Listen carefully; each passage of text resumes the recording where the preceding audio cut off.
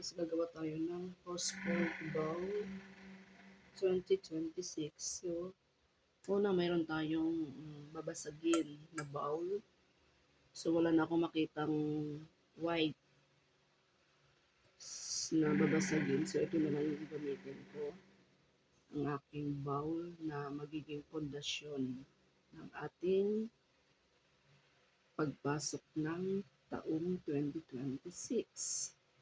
Then, pagkatapos niya, maglalagay tayo guys ng bulak. Ito, nagsisimbolize ito ng magaan ang pasok ng buhay.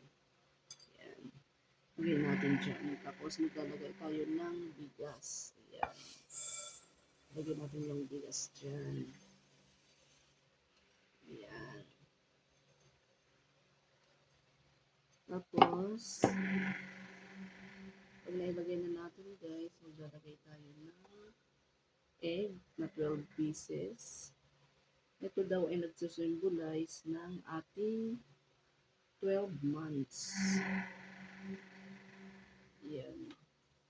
Ilagay tayo ng 12 pieces.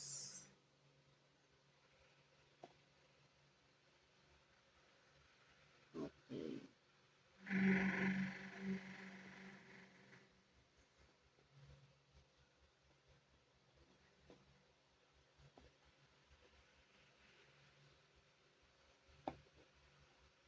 Ayan. Pagkatapos naman yan, maglalagay tayo ng laurel. 12 pieces din.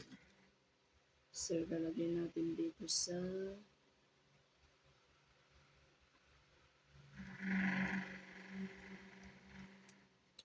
kailangan malinis yung ating laurel at buo. Dapat ganito lang siya. So, wala naman akong mabili. Pwede na yan. Palibot lang natin ang ating laurel. Ito, nang-aakit ng swerte.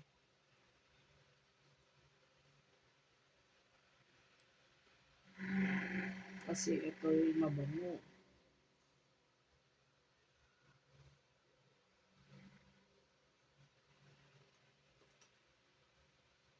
Yeah.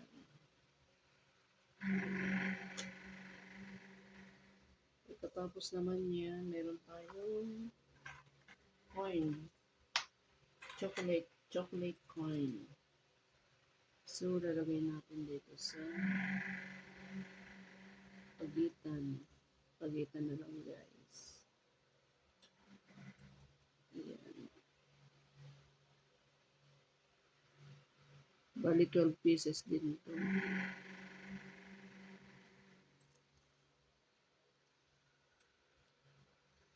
Ayan.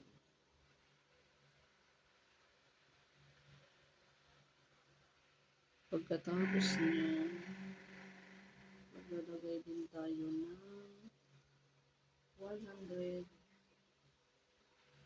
pieces na 1,000 bills. So, yan. Then, binalot ko ng red na ribbon. Tapos, ganyan natin. Ayan. Ito nang aakit to ng kayamanan. Nakasakaling itong 2026, siswertehin tayo. Pero syempre, kailangan samahan din natin ng dasal at sikap. Hindi naman pwedeng iasa lang natin dito. Kailangan samahan din natin ng sipag at tiyaga at panalangin sa Panginoon. Huwag natin kalilimutan. Kasi siya lang ang nagbibigay ng lahat ng mga nito.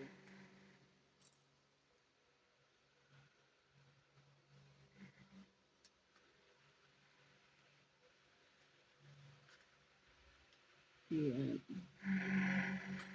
Palibasak ko. Tapos, maglalagay tayo ng orange. Lagay natin dito sa gitna. Then, meron tayong tatlong ampaw na may laman na 168. So, ayan. 168 ang laman nito, guys. Ayan.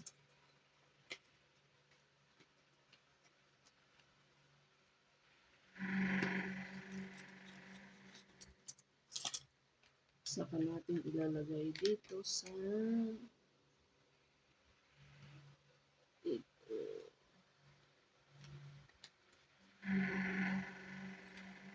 1, 2, 3. So, meron tayong 3. Ayan ang ating prosperity ball.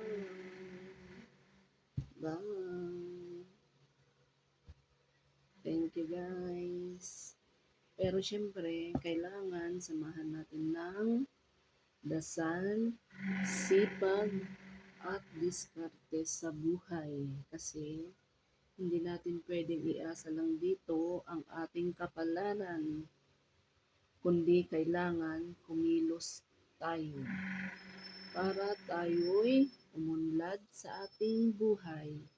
Hindi pwedeng iasa lang sa swerte, kailangan kumilos din tayo. Ayan. Wala namang masama kung sumunod tayo sa kasabihan. Diba, guys? So ito, gabay lang naman to sa ating pag-unlad. Kumbaga, tayo rin yung gagawa ng ating pag-asenso sa buhay. Kailangan lang ng tiyaga. Ayan, sipag. Kasi kung naggawa ka nga ng prosperito bowl mo, tapos tulog ka lang naman tulog, hindi ka naman naghahanap buhay, useless, di ba? So, kailangan natin samahan ng unang-una dasal sa ating Panginoon kasi siya lang yung nagbibigay nito. Pangatlo, syempre, kailangan masipag, madiskarte tayo sa ating buhay. So, ayan guys. Thank you. This is my Prosperity Vow 2026. Bye!